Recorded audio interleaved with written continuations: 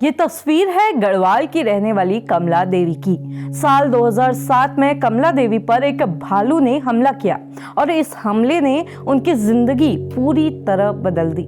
आज जहां एक तरफ उत्तराखंड के हर कोने से लगातार भालुओं के हमले की खबरें आ रही हैं, वहीं दूसरी तरफ सोशल मीडिया पर ये तस्वीर भी एक बड़े सवाल की तरह वायरल हो रही है।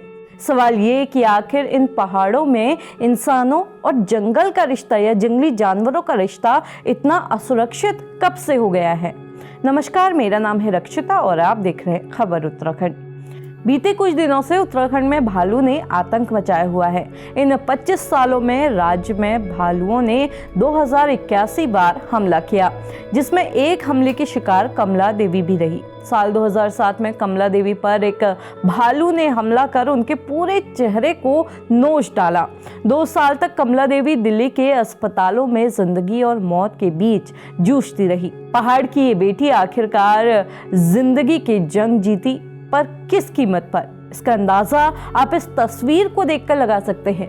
इस तस्वीर को ध्यान से देखिएगा, क्योंकि ये चेहरा हमारे पहाड़ों के जख्मों का है, हमारी लापरवाही का है और उस कीमत का है जो यहाँ के सीधे साधे बेगुनाह लोग चुका रहे हैं।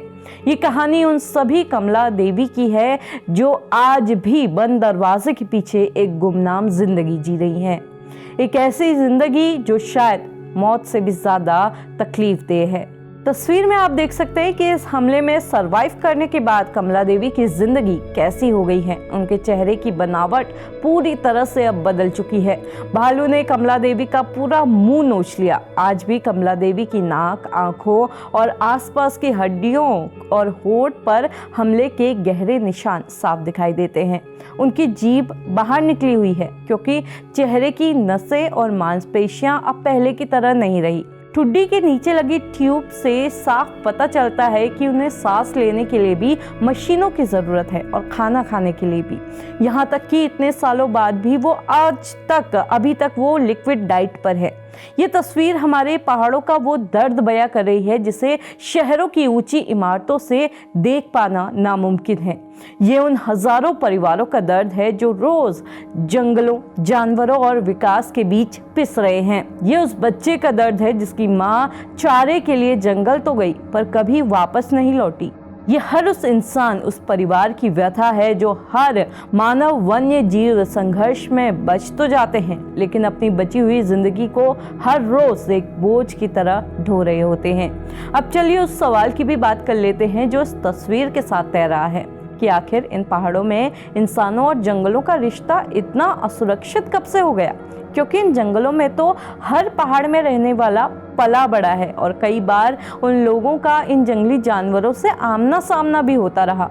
लेकिन कभी ऐसा नहीं हुआ कि इतनी तादाद में किसी जंगली जानवर ने लोगों को नुकसान पहुंचाया हो, सिवाय आदमखोर जानवरों के। अब अगर इन सवालों का आप जवाब तलाशने निकलेंगे तो आपको बड़ी बड़ी रिसर्च मिलेंगी, एक्सपर्ट्स की राय मिलेंगी, वजह बताई जाएगी। ग्लोबल वार्मिंग, बर्फ का कम पड़ना, भालुओं का हाइबरनेशन पूरा ना होना, गांव कस्बों के पास लगा कूड़े का ढेर वगैरह। लेकिन क्या आप जानते हैं कि इन सभी वजहों की जड़ में एक ही शब्द है, विकास, डेवलपमेंट। हमारे पहाड़ों को विकास की प्रयोगशाला बना दिया गया है। कटते जंगल, बढ़ती बिल्डिंगें, चौड़ी होती सड़कें और इन सड़कों पर दौड़ती गाड़ियां, ये सब मिलकर उस इकोसिस्टम, उस पारिस्थितिक तंत्र को तबाह कर रही हैं जिसे बचाने में हजारों साल लगे थे।